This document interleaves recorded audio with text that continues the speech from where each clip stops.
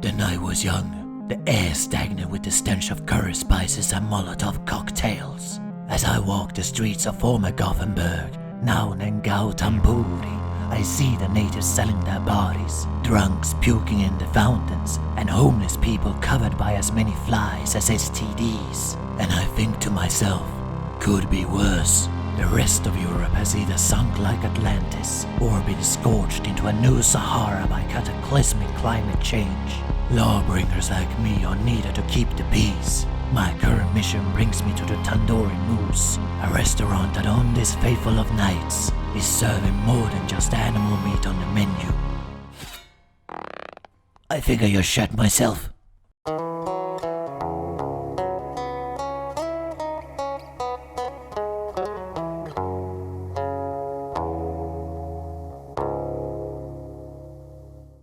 Welcome to Chasing Epiphanies, where knowledge is power and the pursuit of wisdom is celebrated for its own sake. My name is Marco, and today, multiculturalism has gone too far! Nah, just kidding. But what we are talking about, though, is this book, Once Upon a Time in Scandinavistan. A black comedy/thriller that takes place in a dystopian future in Sweden, which now is part of the South Asia Union, heavily mixing with Hindi culture. You'll see cows blocking traffic, Buddhist monks wandering about, with plenty of mention of karma and a caste system. Although caste doesn't play much of a role in the story. Now I know what you're thinking, or at least I can tell you what my first thoughts were when I found this book. Is this gonna get racist?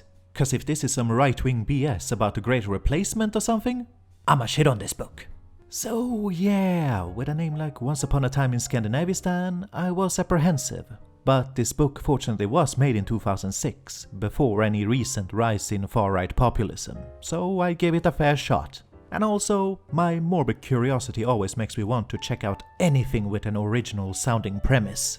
The dystopian future in this story was mainly brought about by climate change, which forced many European countries to sell their land to survive. It just so happens that many of the buyers were Asian conglomerates. It didn't even involve any violent takeovers, as people vote for Europe to join the alliance with Asia. The option to become part of the United States was there too, but this was rejected since the US is considered a burden on the world, clinging on to capitalist ideas that would only threaten to destroy what remains of the ecosystem. And as for the story, it follows Herman Bashk, a cop with a higher blood pressure than IQ. He's getting old and his health is not what it used to be.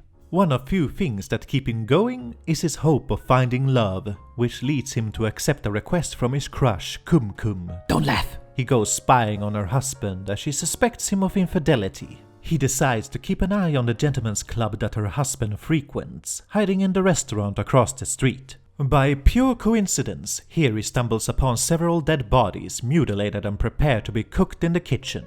The sight of the human meat is enough to make him go vegetarian. He chases after a lone blonde woman present at the scene, losing her among the muddy streets of Gautampuri. The rest of the story follows his investigation into this cannibal. Now, I wouldn't recommend anyone to go into this expecting a whodunit type of mystery, as it's more of a crime drama. I swear the mystery solving here could be summarized as: Herman sees some unrelated clues, his cop instincts tell him there's a connection, so he investigates people who might know more, until stumbling over the answers or making a wild lucky guess. For this reason I felt as though the middle of the story dragged a lot, like following someone on a fetch quest. Do you know anything about the murders? No. Do you know anything? Nope. Do you know anything? The killer is right behind you! Oh yeah, pure skill, baby. Oh! The author, Zach, not his real name, oh yeah, is a Swede-Finn who has a bibliography of many other books centering on India, and is active in introducing readers to books from different cultures. This book could certainly be called an extension of that. It's a brave marriage between Swedish crime, painted over with a Bollywood aesthetic. The tone is a stark contrast that can range from silly to brutal. Half of the comedy is a bunch of cringe-worthy puns and juvenile sex jokes. It's not my cup of tea, but I guess it adds to the sleazy atmosphere, if nothing else. You'll be treated to such fine poetic prose like, "The weather toward the evening was disgustingly moist, like a freshly pissed diaper thrown in your face." The part I found more amusing was the sheer incompetence of the characters.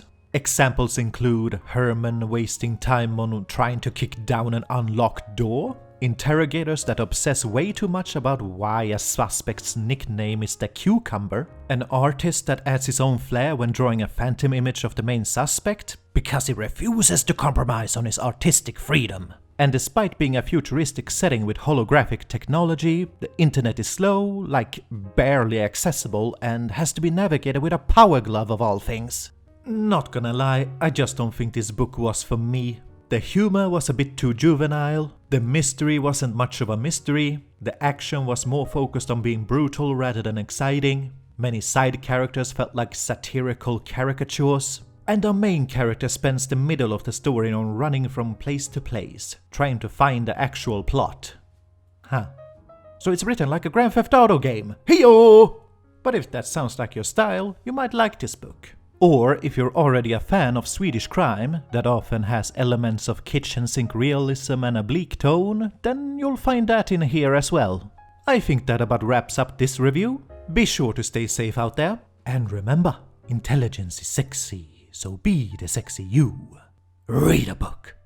Once upon a time in Scandinavistan. Once upon a time in Scandinavistan. Once upon a time in Scandinavistan. Once upon a time in Scandinavistan. Once upon a time in Scandinavistan.